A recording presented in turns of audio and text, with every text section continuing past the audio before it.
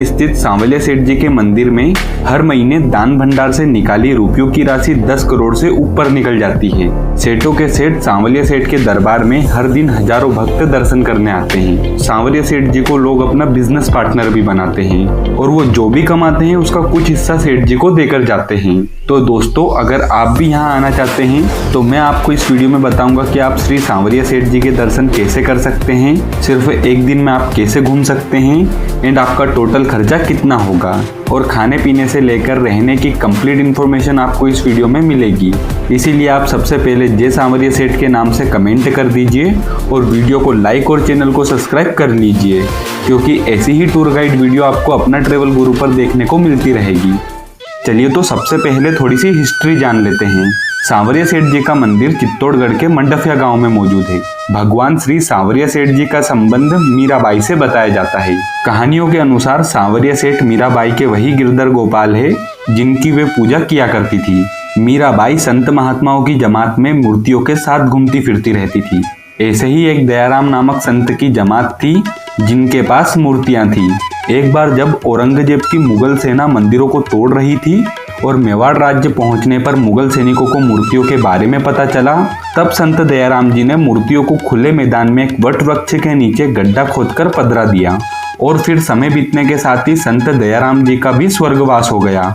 और कई सालों बाद सन 1840 में मंडफिया गांव के निवासी भोलाराम गुज्जर नाम के ग्वाले को एक सपना आया कि बातचोड़ा बांगुर के मैदान में 4 मूर्तियां जमीन में दबी हुई है। जब उस जगह पर खुदाई की गई तो भोलाराम का सपना सही साबित हुआ और वहां से एक जैसी 4 मूर्तियां प्रकट हुई। सभी मूर्तियां बहुत ही मनोहारी थी। देखते ही देखते ये खबर चारों ओर फैल गई और आसपास के लोग वहां पर पहुंचने लगे। फिर सभी की सहमति से 4 में से सबसे बड़ी मूर्ति बातचोड़ा गांव में ले जाई गई। बातचोड़ा में प्रसिद्ध संत पुराजी भगत रहते थे। उनके निर्देशन में उदयपुर मेवाड़ राज्य परिवार के भिंडर ठिकाने की ओर से सांवलिया सेठ जी का मंदिर बनवाया गया। ये मंदिर वही मंदिर है और सबसे पुराना मंदिर है, इसीलिए ये सांवलिया सेठ प्राचीन मंदिर के नाम से जाना जाता है। दूसरे नंबर की मूर्ति को वहीं खुदाई की जगह स्थापित किया गया और इसे प्रकट स्थल मंदिर भी कहा जाता है। सबसे छोटी मूर्ति भोलाराम गुज्जर द्वारा मंडफिया गांव ले जाई गई, जिसे उन्होंने अपने घर के बरामदे में स्थापित करके पूजा आरंभ कर दी।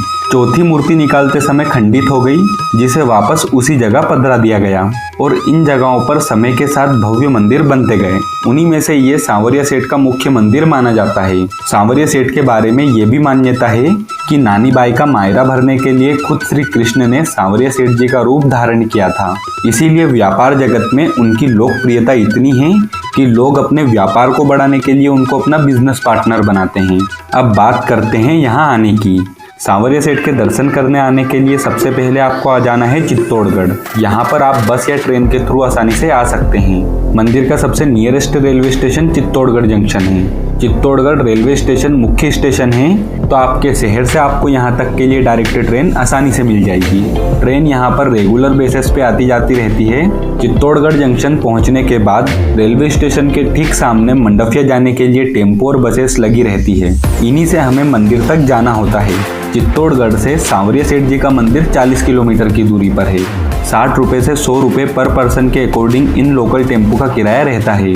चित्तौड़गढ़ से निकलने के 50 मिनट बाद हम पहुंच जाते हैं मंडफिया गांव में, सांवलिया सेठ जी के दरबार के सामने। अगर आप अपने पर्सनल व्हीकल से यहाँ पर आते हैं तो आपको यहाँ पर फ्री में 4 व्हीलर और 2 व्हीलर के लिए फ्री पार्किंग की सुविधा मिल जाती है। अब हम जाएंगे मंदिर के अंदर। दोस्तों, एक जरूरी बात मैं आपको बता दूं, मंदिर के अंदर किसी भी प्रकार की पूजन सामग्री जैसे फूल, प्रसाद, अगरबत्ती, नारियल जैसी पूजन सामग्री ले जाना बिल्कुल अनिवार्य नहीं है। तो आप मंदिर में दर्शन करने के लिए खाली हाथ ही जाइए।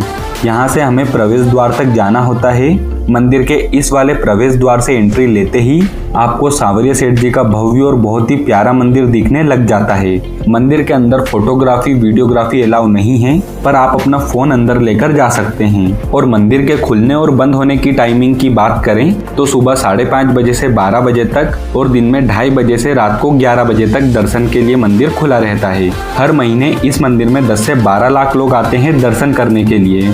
तो काफी ज्यादा भीड़ होने की वजह से हमको आधे से 1 घंटा लाइन में लगकर इंतजार करना पड़ता है और हम धीरे धीरे करके मंदिर के अंदर प्रवेश कर लेते हैं। जैसे ही आपकी नजरें सांवलिया जी से मिलती है, आपके सारे दुख दर्द चुटकियों में मिट जाते हैं। अगर आप सच्चे दिल से मंदिर में आते हैं तो मानो आप कुछ देर के लिए अलग ही दुनिया में पहुंच जाते हैं और हमारे दर्शन बहुत ही शानदार तरीके से हो जाते हैं। मंदिर से बाहर आते ही आपको लेफ्ट साइड में आ जाना है। यहाँ पर शिव जी का मंदिर है जो कि सेठ जी के मंदिर के तल घर में स्थित है। भोलेनाथ जी के दर्शन करने के बाद यहाँ पर हम कुछ देर बैठकर और फोटोज वगैरह खिंचवाकर मंदिर के बाहर की ओर आ जाते हैं।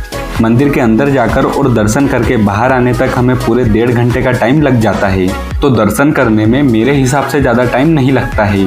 यहाँ पर श्री सांवरिया सेठ जी मंदिर मंडल द्वारा संचालित प्रसाद काउंटर से आप प्रसाद के तौर पर 40 रुपये में लड्डू, 30 रुपये में मठरी, 250 रुपये में सागर और 100 रुपये प्रति नग से मैसूर खरीद कर अपने घर के लिए ला सकते हैं।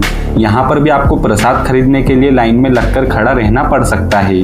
और पार्किंग वाले एरिया में आते ही आपको यहाँ पर बहुत सारी शॉपिंग की दुकानें देखने को मिलेगी, जहाँ से आप कुछ शॉपिंग भी कर सकते हैं और साथ ही नाश्ता पानी भी कर सकते हैं। और दोस्तों, अगर खाने पीने की बात करें तो यहाँ पर आपको फैमिली रेस्टोरेंट मिल जाएंगे, जिन पर 110 रुपये से लेकर 190 रुपये तक थाली ऑप्शन से देखने को मिल जाएंगे और काफ़ी बढ़िया खाना आपको यहाँ पर मिल जाएगा।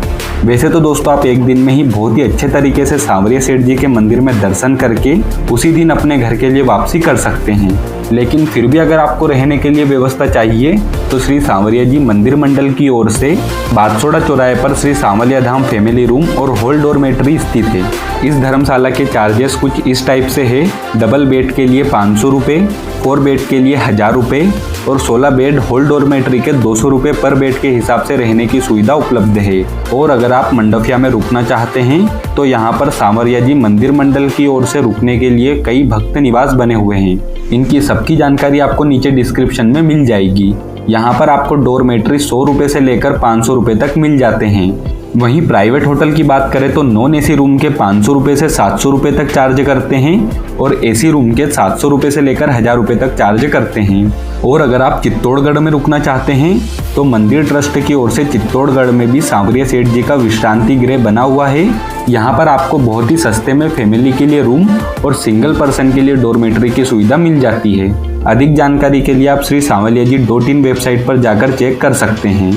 लिंक आपको नीचे डिस्क्रिप्शन में मिल जाएगी। श्री सांवरिया जी के मंदिर में आकर दर्शन करने का हमारा टोटल खर्चा मात्र 500 रुपये पर पर्सन के अकॉर्डिंग आता है, जिसमें से 150 से 200 रुपये टेम्पो का किराया, 150 रुपये का खाना पीना, बाकी के रुपए आप ट्रेन टिकट के जोड़ लीजिए। हमारी श्री सांवरिया सेठ जी की यात्रा यहीं समाप्त होती है। अभी तक आपने चैनल को सब्सक्राइब नहीं किया तो प्लीज़ सब्सक्राइब कर लीजिए। वीडियो अच्छा लगा हो तो वीडियो को लाइक कर दीजिए। मिलते हैं आपसे नेक्स्ट वीडियो में। जय श्री सांवरिया सेठ।